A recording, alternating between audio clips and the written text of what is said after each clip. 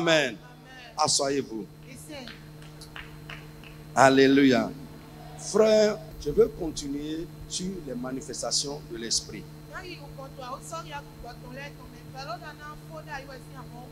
Je sais que beaucoup ont déjà quitté l'esprit de ce message. Pourquoi? Parce que ce n'est pas ce que nous attendons.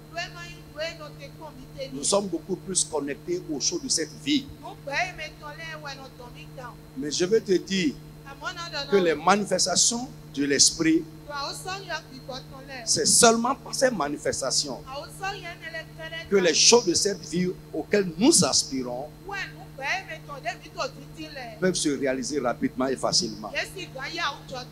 Parce que si l'esprit ne fait pas, je ne sais pas par quelle manière ça va se produire. Alléluia. C'est pourquoi la Bible dit aspirer à ça. Ce matin, nous allons aborder une autre classe des manifestations de l'esprit ou des dons de l'esprit que nous appelons les dons de puissance. Et dans ce groupe, nous allons parler du don de la foi. Je dis don de la foi. Amen. Pas don de foi, don de la foi. D'abord, prenez avec moi Marc. Marc chapitre 16, verset 15 à 18. Nous allons prendre aussi, lisez ça d'abord. Puis il leur dit, allez par tout le monde et prêchez la bonne nouvelle à toute la création.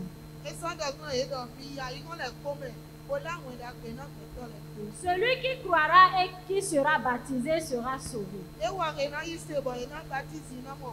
Mais celui qui ne croira pas sera condamné. Voici les miracles qui accompagneront ceux qui auront cru. En mon nom, ils chasseront les démons. Ils parleront de nouvelles langues. Ils saisiront des serpents. Ils boivent quelques breuvages mortels. Il ne leur fera point de mal. Ils imposeront les mains aux malades et les malades seront guéris. Le Seigneur, après leur avoir parlé, c'est bon. Alléluia. Lis aussi Romains 10, 17. Romains 10, 17. Ainsi, la foi vient de ce qu'on entend, et ce qu'on entend vient de la parole de Christ.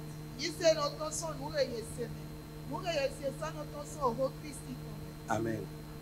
Lis aussi Romains 12, 3. 12, 3. Par la grâce qui m'a été donnée, je dis à chacun de vous de n'avoir pas de lui-même une trop haute opinion, mais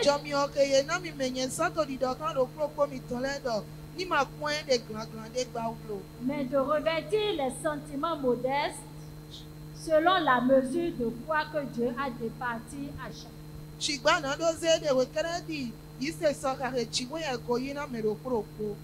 Amen. Pour finir, les 1 Corinthiens 12, 9. On a vu ça plusieurs fois, mais relis quand même. À un autre, la foi par le même esprit. À un autre, le don des guérisons par le même esprit.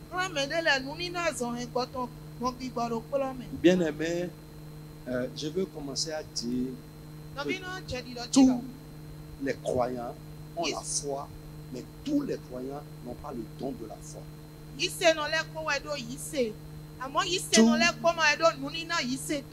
Tous les croyants ont la foi. Mais tous n'ont pas le don de la foi. Dans Marc, que nous avons lu, la Bible dit que Jésus envoya ses disciples. Nous allons relire rapidement. Laissez-moi lire. Marc chapitre 16, à partir du verset 15, dit, puis il leur dit,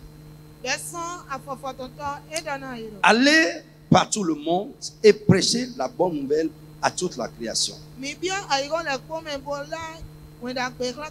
Celui qui croira et qui sera baptisé sera sauvé. Mais celui qui ne croira pas sera condamné. Voici les miracles qui accompagneront ceux qui auront cru. Amen. En mon nom, ils chasseront les démons. Ils parleront de nouvelles langues. Ils saisiront des serpents. Et s'ils boivent quelques breuvages mortels, il ne leur fera point de mal. Ils imposeront les mains aux malades et les malades seront guéris. Nous allons voir aussi que tous les croyants doivent faire des miracles, mais tous les croyants n'ont pas le don des miracles.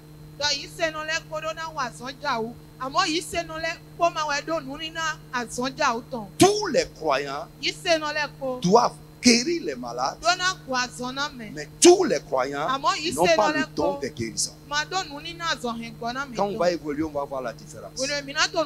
Ici, Jésus a dit à ses disciples que la vie des croyants doit être une vie de miracle. Voici les miracles qui vont suivre ceux qui vont croire.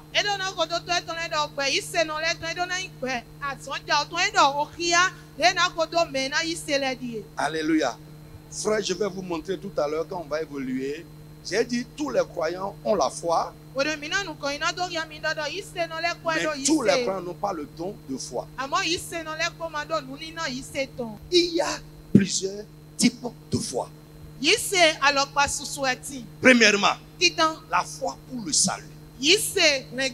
C'est de ça qu'on a parlé ici dans Marc chapitre 16. La foi pour le salut vient en entendant l'évangile. Elle vient en écoutant la parole de Dieu. Est-ce que quelqu'un m'entend? Allez par tout le monde entier prêcher la bonne nouvelle. Celui qui va vous écouter et croire et qui va se faire baptiser sera sauvé. Mais celui qui ne va pas croire sera condamné. Pourquoi? La condamnation est déjà sur ce monde. Ce n'est pas la foi en Jésus-Christ et le baptême que nous sortons de ce monde, nous sortons de la condamnation. Frère, le monde entier est sous la condamnation de Dieu. La condamnation de Dieu. Le monde entier est sous le jugement de Dieu. Et le seul moyen pour sortir de ça, c'est d'accepter Jésus dans votre vie, de vous convertir réellement et de vous faire baptiser. Alléluia. Frère, quand tu vas écouter l'enseignement, tu vas comprendre encore. Alléluia. Donc, la foi pour le salut. Vous allez voir ça également dans Ephésiens 2:8. La Bible dit, c'est par la grâce que vous êtes sauvés, par le moyen de la foi. Est-ce que quelqu'un me suit? La foi pour le salut. Après ça, il y a ce que j'appelle la foi fruit de l'esprit. La foi, fruit de l'esprit. Lisez Ephésiens 2:8 là pour que tout le monde. Car c'est par la grâce que vous êtes sauvés. Oui. Par le moyen de la foi. Amen. Et cela ne vient pas de vous. C'est le don de Dieu. Amen. Lorsque quelqu'un écoute la parole de Dieu et s'ouvre, il n'est pas là à raisonner, à justifier. Votre ouverture va faire que l'Esprit de Dieu va vous rendre ministère. Créez la foi en vous pour être sauvé. Si nous allons dans Actes chapitre 16, vous allez voir également la conversion de Lydie là. La Bible dit pendant que toutes ces femmes écoutaient Paul, le Seigneur lui a ouvert l'esprit, je prie pour toi que pendant que tu écoutes, tu es sous le ministère de la parole, tu sois vraiment présent et que tu sois ouvert. Frère, pendant que tu écoutes en étant ouvert, ça suffit même pour que Dieu fasse le miracle dans ta vie. Donc, j'ai dit la foi, fruit de l'esprit. Ça, frère, lorsque nous croyons au Seigneur Jésus, lorsque nous naissons de nouveau, lorsque nous nous convertissons, j'insiste toujours sur la conversion. La conversion, c'est un changement d'état, de nature à quelque chose. C'est-à-dire que tu n'es plus la même personne. Tu as changé de nature. Alléluia. Frère, aujourd'hui, il y a beaucoup de croyants non convertis.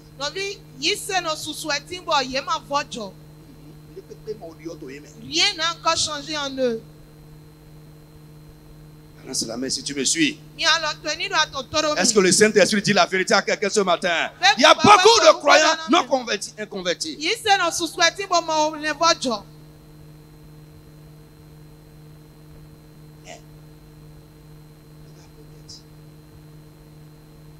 pensent encore comme les païens. Ceux qui sortent de leur bouche parlent comme les païens. Regarde leurs actions. Parfois c'est pire que les païens. C'est terrible. Que Dieu nous vienne en aide. Dis amen fort. Amen. Je dis que Dieu vienne en aide à l'église. C'est pire. Amen. Amen. Frère, lorsque nous recevons le Saint-Esprit à la conversion, le Saint-Esprit produit quelque chose. Il produit un fruit dans la vie de tous ceux-là en qui il habite. Alléluia.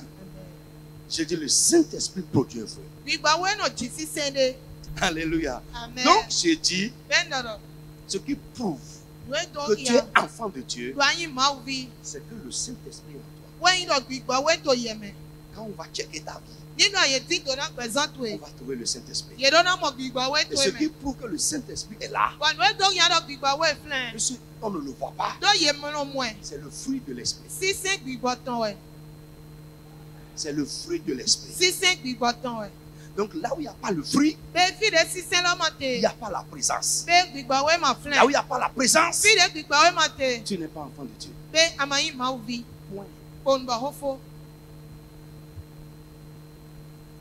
Frère, ce que je fais là, ne fais pas de moi un enfant de Dieu. Prêchez. Non. Il y en a qui le font et ils ne sont jamais convertis. Vous savez, il y a des prédicateurs inconvertis. Beaucoup. Beaucoup, hein. Beaucoup. Donc, bref, lisez-moi Galates 5, 22. Vite. Mais le fruit de l'esprit, c'est l'amour, la joie, la paix, la patience, la bonté, la bénignité, la fidélité, la douceur, la tempérance.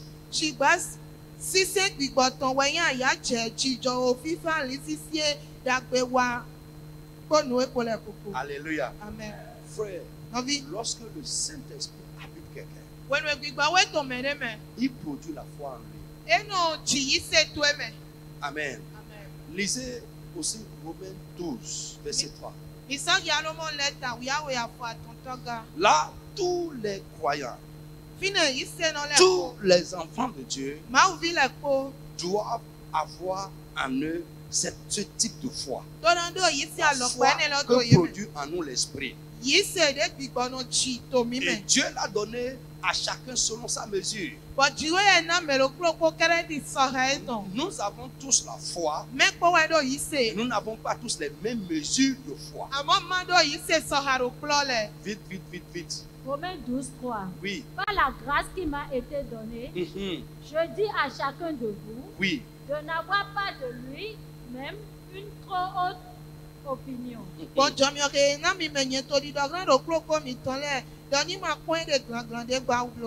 revêtir des sentiments modestes selon la mesure de foi que Dieu a départie à chacun. Frère, si tu es enfant de Dieu, je veux te dire que la foi est dans ta vie. D'abord, tu es sauvé par la foi. Et quand le Saint-Esprit est rentré, il produit encore en nous la foi. Mais selon des mesures diverses. Nous n'avons pas tous les mêmes mesures de foi. Dieu nous a donné différentes mesures de foi. Frère, en dehors de ça, il y a ce que j'ai annoncé, le don de foi. La Bible dit à un autre est donné la foi par le même esprit. Et qu'est-ce que nous entendons par don de foi? Le don de foi, c'est une foi surnaturelle qui opère dans une personne pour un temps précis. Je reprends. Le don de foi est une foi surnaturelle qui opère dans une personne pour un temps précis et pour faire quelque chose de spécial. Comment? Vous êtes avec moi? Hey, balancez la main. Tu me suis? Correct. Je reprends. Le don de foi est une foi surnaturelle. Ce n'est pas la foi commune, la foi générale qui est dans tous les croyants. Non. Écoutez-moi. Ce n'est pas la foi générale que tous les croyants ont. Mais c'est une foi surnaturelle. C'est un don. Une foi surnaturelle qui opère dans un croyant. Vous me suivez? Qui opère dans un croyant à un moment précis, à un temps précis, pour faire quelque chose de spécifique. C'est-à-dire, Dieu te donne cette foi-là, ou ce don de foi-là, où cette foi se manifeste à un moment précis, pour peut-être déplacer sans toucher cette chose de là à là. Et quand tu finis de faire ça,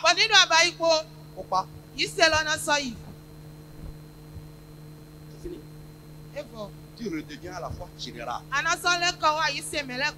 la fois fruit de l'esprit. Est-ce que quelqu'un m'entend?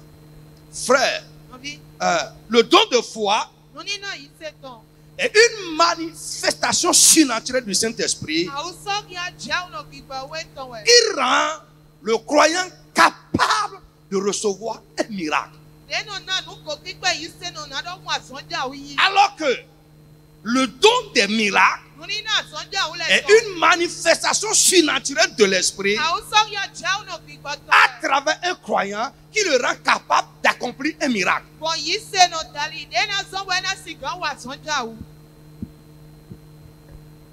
voyez la différence? Je reprends. Alléluia. Je dis, le don de la foi, c'est une manifestation surnaturelle du Saint-Esprit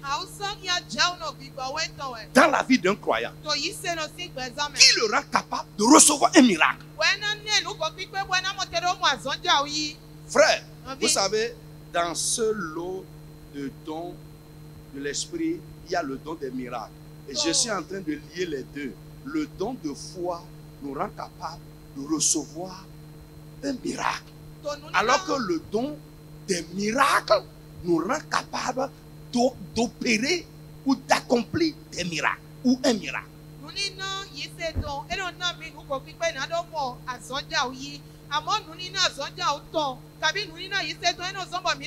Le don de la foi est passif. C'est-à-dire, ça n'agit, il n'y a rien de mouvement, il n'y a rien. C'est passif. Alors que le don des miracles est actif. Mais les deux produisent des miracles.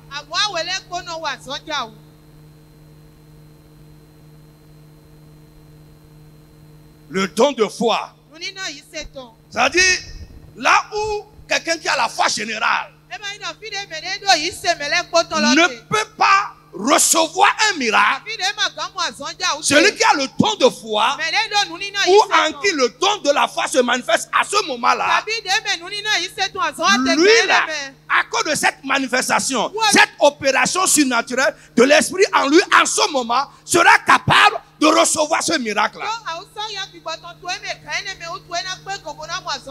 Là, je parle par exemple de guérison. Un miracle de guérison. Je prends un miracle de guérison. Là où par exemple on parle de cancer, que Dieu a dit qu'il va guérir quelqu'un du cancer. Je vais te montrer un peu plus bas. Le don de la foi achève les manifestations surnaturelles de la révélation. Achève, c'est-à-dire lorsqu'une révélation est donnée, le don de la foi active la foi dans la vie de quelqu'un après que la révélation soit sortie.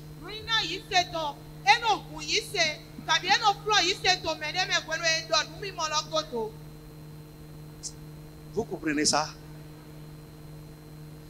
Je reçois par exemple une parole de sagesse. Nous avons dit la différence entre la parole de connaissance et la parole de sagesse, c'est quoi? Les deux révèlent. Nous sommes d'accord. Mais la parole de connaissance révèle ce qui est passé ou ce qui se passe maintenant. La parole de sagesse annonce le plan ou les desseins de Dieu sur la vie de quelqu'un. Ce que Dieu est sur le point de faire dans le temps. Alléluia. J'annonce une révélation. Nous avons tous entendu. Mais quelqu'un à qui le Saint-Esprit manifeste le don de foi, en ce moment-là, peut-être c'est une révélation générale. Lui, la foi qui est née en lui va le rendre capable de recevoir, d'accomplir, d'amener à l'accomplissement la révélation qui est lancée. Cette foi qui ne pouvait pas naître sans cette révélation. Les choses là sont entremêlées. Et travaillent parfois ensemble. Alléluia. Est-ce que quelqu'un me suit? Frère, regardez. J'ai parlé par exemple dans Marc, la Bible dit voici les miracles qui accompagneront tous ceux qui auront cru. En mon nom, ils imposeront les mains aux malades et les malades seront guéris. Ça veut dire quoi? Normalement, ceci doit suivre tous les croyants. Mais sans avoir le don de guérison. À un moment donné, tu peux prier pour quelqu'un. Le miracle va se passer. Même si tu es sauvé aujourd'hui. Frère, si tu peux grandir à partir d'aujourd'hui, toi-même là, ce qui se passe ici peut se passer dans ta main. Crois ça. Tant que tu ne vas pas essayer, tu ne sauras jamais si c'est vrai, dans ta vie. Frère, les plus grands miracles que moi j'ai vus, c'est quand j'étais comme vous. Je vous dis la vérité. Les plus grands miracles qui se sont passés, opérés par mes mains, c'est quand j'étais comme vous. Ouvrier, assistant de pasteur.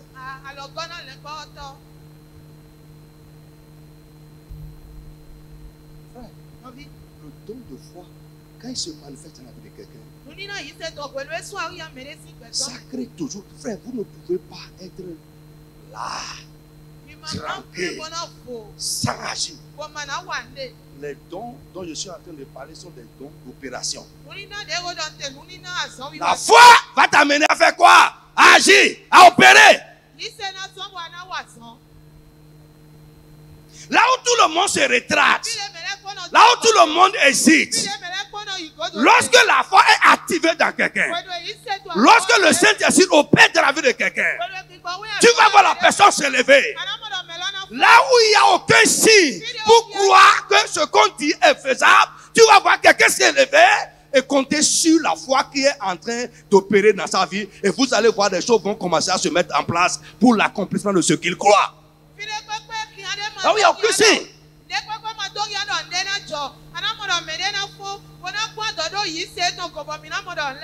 Alléluia. Frère, souvent, nous attendons les signes pour croire. Mais là où tu vois, la foi ne peut plus travailler. Non, c'est la foi qui rend les choses invisibles visibles. Mais lorsque tu attends de voir, avant de croire, rien ne se passera.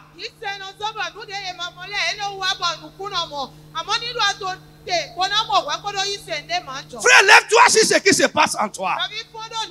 Frère, souvent tu ne vas pas entendre une voix. Non, mais une incitation du Saint-Esprit.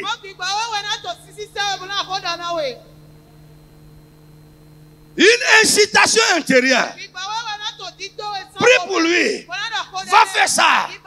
Dis ceci. Frère, lorsque le don de la foi opère dans quelqu'un, vous allez voir cette personne dit des paroles de foi.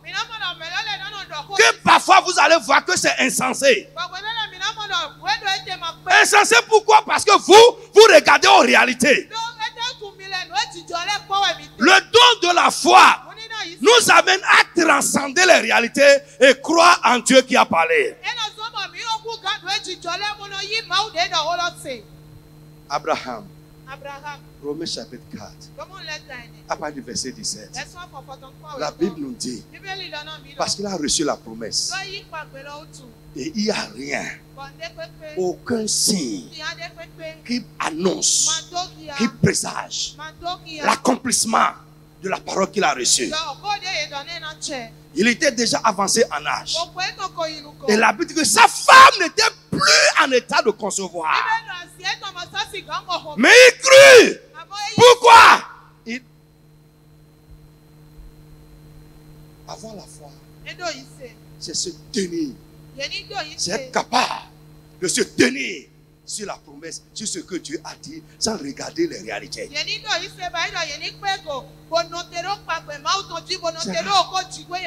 C'est rare. Frère, nous devons avoir une vie surnaturelle. Le don de la foi, écoute-moi, ne travaille pas avec les réalités. Non. Alléluia.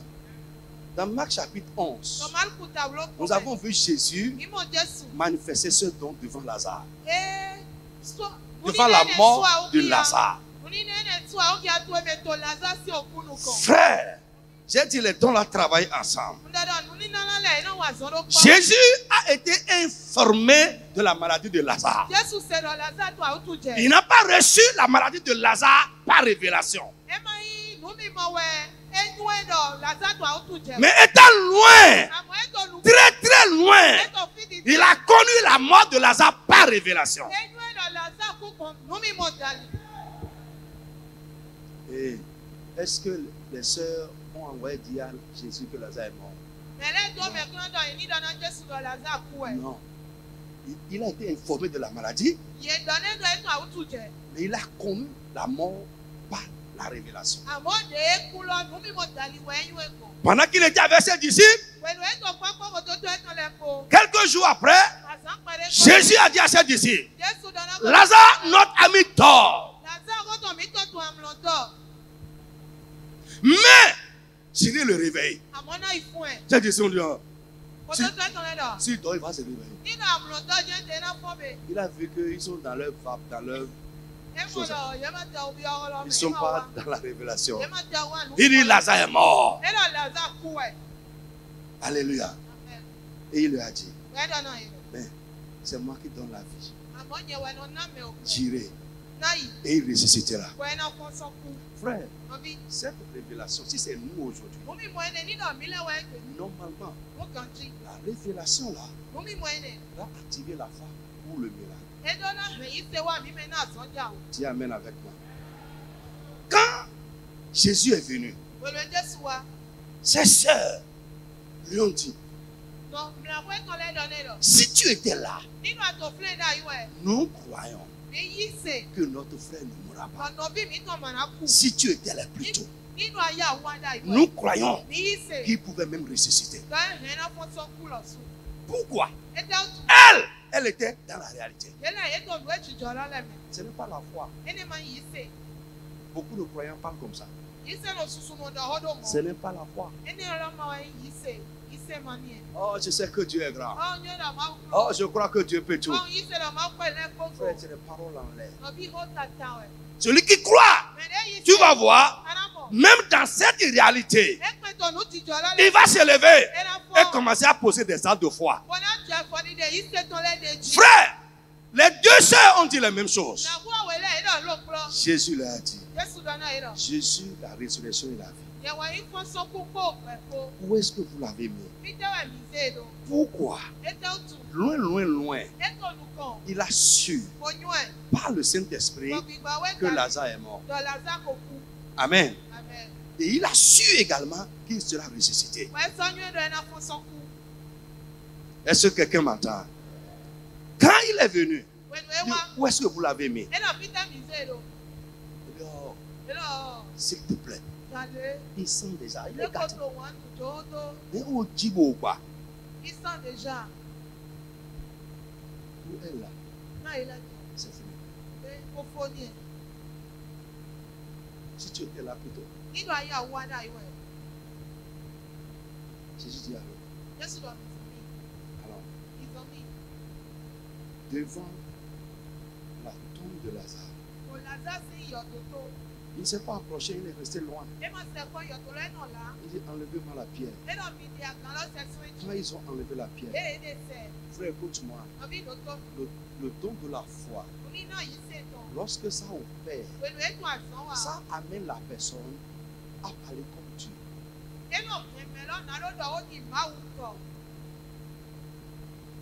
Il dit et la chose arrive. La Bible dit, Dieu, il dit et la chose arrive. Il appelle les choses qui n'existent pas à l'existence. Donc je dis, lorsque quelqu'un manifeste le don de foi, il parle comme Dieu. Et quand il parle, au-dedans de lui, il attend que ce qu'il dit se passe comme ça. Marc 11. Oui. C'est pourquoi je vous dis, tout ce que vous demanderez en priant, croyez que vous l'avez reçu et vous le verrez s'accomplir. Amen. Amen. Frère, quand tu parles par la foi,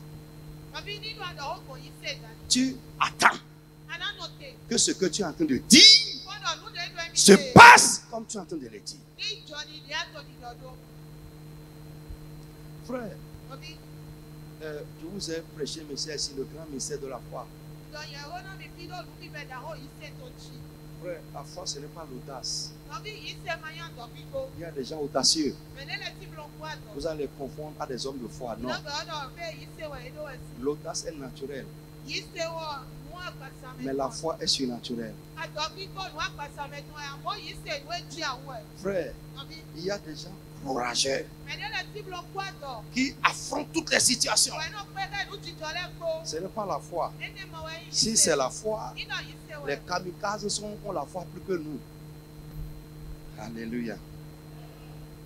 Je dis alléluia à quelqu'un.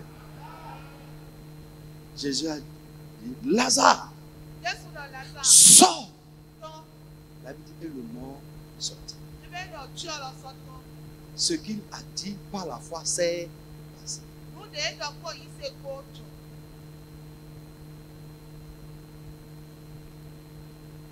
Est-ce que quelqu'un me suit ce soir?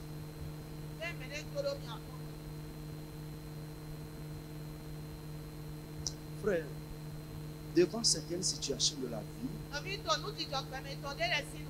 nous avons besoin de ces manifestations-là.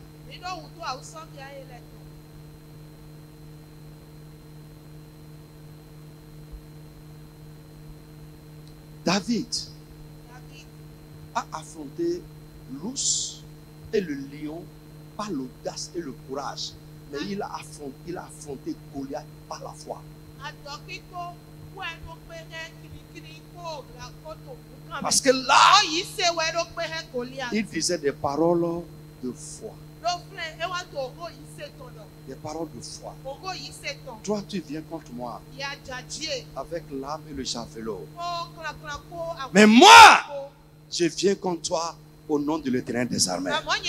Aujourd'hui, je vais couper ta tête et je donnerai ta chair à manger aux oiseaux. La chose s'est passée exactement comme ça.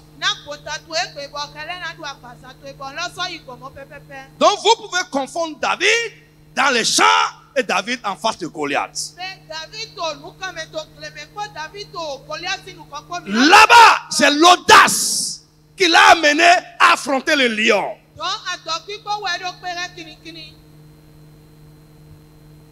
Je vous ai parlé aussi de la foi par analogie. Qui se souvient de ça? La foi par analogie. C'est ça il a utilisé là-bas. Le Dieu qui m'a délivré du lion va me délivrer aussi de ta main. Alléluia. Frère, tu dois prier. Amen. Tu es sauvé par la foi, tu as la foi pour le salut. Je crois. Tu as le Saint-Esprit, tu as la foi fruit de l'Esprit. Si tu es enfant de Dieu, tu es croyant, tu as une mesure de foi. Alléluia. Écoute-moi. Nous avons tous la foi. Une mesure de foi. Dans mon enseignement sur les principes de la foi personnelle, j'ai dit la foi, j'ai défini la foi personnelle comme la foi de chacun orientée vers un objectif précis. J'ai dit la foi, ce n'est pas la foi pour ça. La foi générale peut faire. Mais là, il faut un don de foi pour ça.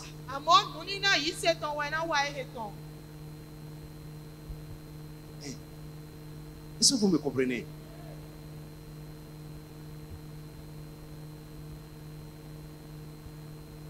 C'est Dieu. La foi générale de tous les croyants peut me rendre capable. Alors, mon ami, Dieu ne fuit pas quelqu'un. Peut me rendre capable de prendre ça. Et tout le monde peut prendre ça. Mais pour prendre ça, il me faut un don de foi.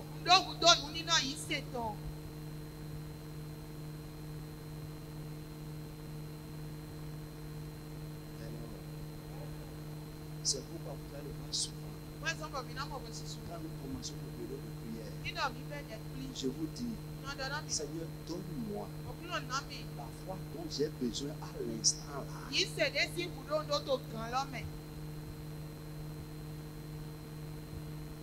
Ce n'est pas là, toujours. Non. Maintenant, ça va agir, je prends ça.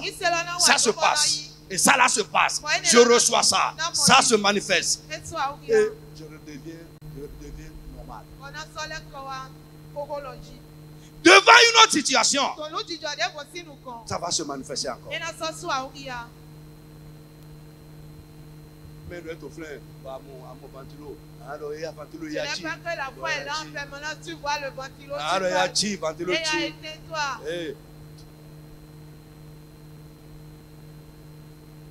C'est pas ça. C'est pas une bonne. Parce que si Dieu laissait ça, quelqu'un va faire ça.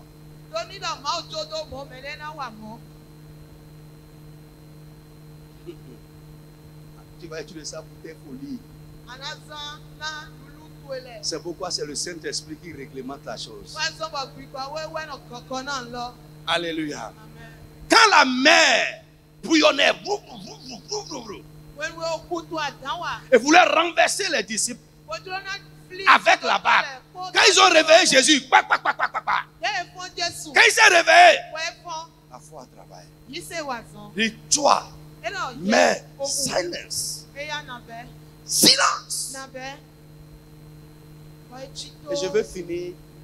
Quand quelqu'un qui a le don de voix parle, Dieu honore sa parole comme si c'est lui-même qui parle.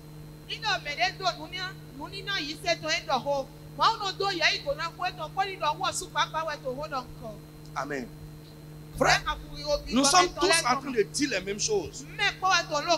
Mais nous ne les disons pas dans les mêmes conditions spirituelles. C'est différent. Et l'effet que ce que nous disons va produire dépend des conditions dans lesquelles chacun est en train de parler.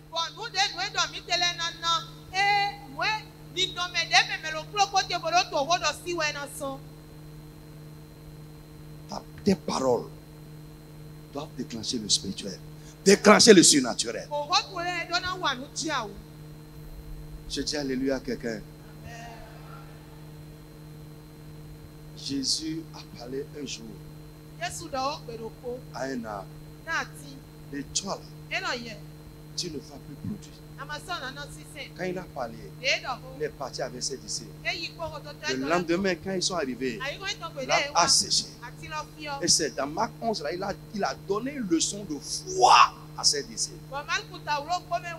Il dit, ayez foi en Dieu. Si quelqu'un croit et ne doute pas dans son cœur, s'il dit à cette montagne, ôte-toi de là, jette-toi dans la mer, s'il ne doute pas, il verra ça. Frère, je veux dire à quelqu'un, ça ne s'est pas encore passé parce que tu n'as pas encore cru ça. Ça ne s'est pas encore passé parce que tu n'as pas encore eu la foi pour ça. Le jour où le Saint-Esprit va te donner la foi pour ça, le jour où le Saint-Esprit va te donner un don de foi pour ça, la chose va se passer, quelle que soit cette chose.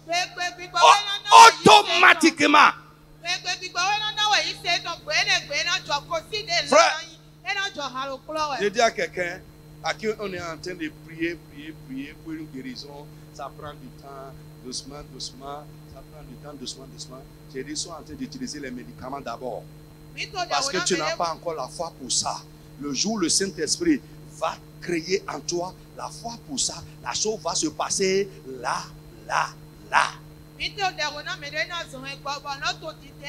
Ça m'a dit.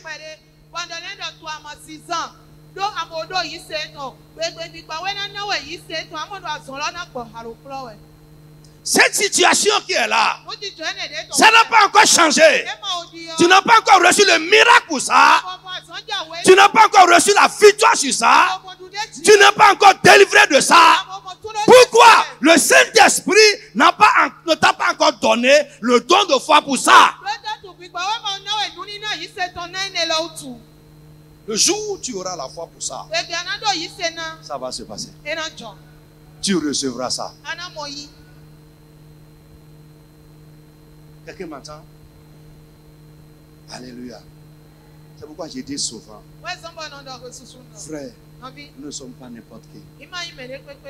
Tu dois être craint. Tu dois être craint. Un chrétien doit te redouter. Oui. Un chrétien doit te redouter. le problème, on est là, bizarre. Quelqu'un va quoi dire ça, ça fait temps. Et il est là, toujours comme un enfant. Un enfant, incapable de tout. Toujours dépendant.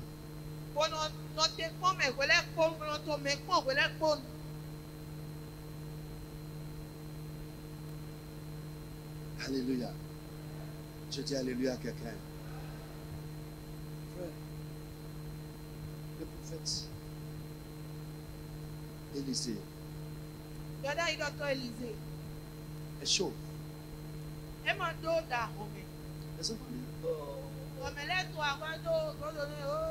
Les enfants, vous connaissez les enfants, non? Oh, chaud, oh, chaud. De qui vous parlez? Que les lions sortent et vous dévorent. En même temps.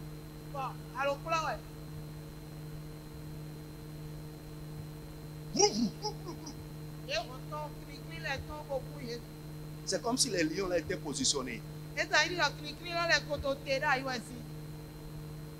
Le jour où tu diras quelque chose avec foi, la chose va se passer comme tu l'as dit. We need it.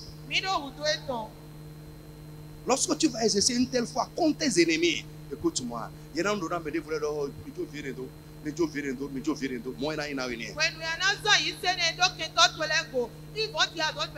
laisser cet homme-là, laisser cet enfant-là, laisser celui-là. Frère, nous n'avons pas besoin parfois. C'est vrai, nous devons avoir une vie de prière, persévérer dans la prière. Et quand nous commençons à prier pour quelque chose, nous devons prier jusqu'à ce que Dieu fasse ça. Mais à certains moments, nous avons besoin de nous lever et dire des paroles de foi, des paroles d'autorité, pour que certaines choses se passent là, en même temps.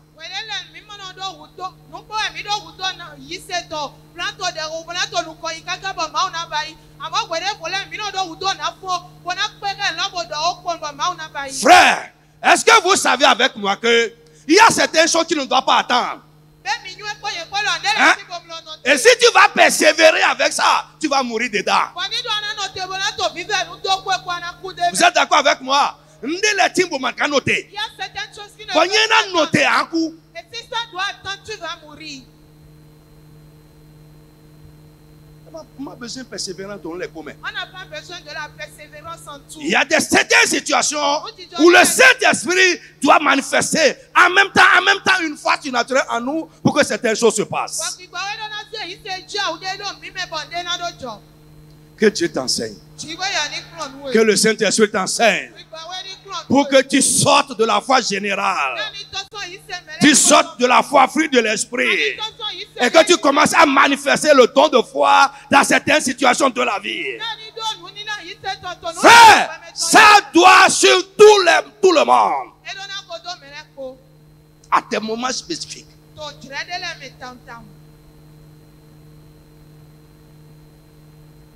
Alléluia. Frère, je vais égrener ça comme chapelet. Je serai en train de vous égrener. Où j'ai parlé seulement. Parfois même j'ai oublié. Mais après j'ai commencé à voir ça. Beaucoup, c'est trop. Même à des gens. Alléluia. Lève-toi sur tes pieds.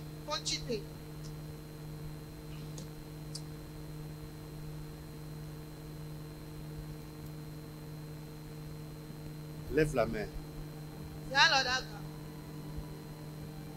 Je crois.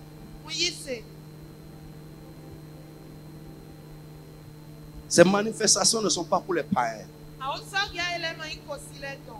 Mais c'est pour nous. À qui Dieu a donné la grâce de croire. D'accepter son Fils comme Seigneur et Sauveur. Aujourd'hui, je prie pour toi. Cette chose qui devrait déjà se passer et qui jusque-là ne s'est pas encore passé. La foi spéciale pour que ça se passe. Reçois cette foi ce matin au nom de Jésus. Que le Saint-Esprit te donne cette foi ce matin. Que le Saint-Esprit te donne cette foi ce matin. Que le Saint-Esprit te donne cette foi ce matin. Que le Saint-Esprit te donne cette foi ce matin. Cette grâce que tu dois recevoir, ce miracle que tu vas recevoir pour expérimenter ta transition, pour connaître la joie de Dieu dans ta vie. Ce matin, au nom de Jésus de Nazareth, que le Saint-Esprit libère cette foi en toi au nom de Jésus.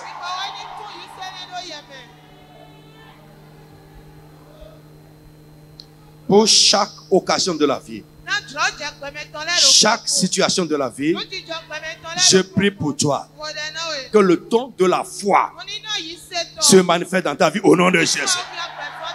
À chaque moment de ta vie, pour quelque chose de spécifique que Dieu a l'intention de faire, que le Saint-Esprit te donne le don de la foi au nom de Jésus de Nazareth. Sois béni. Jesus' name.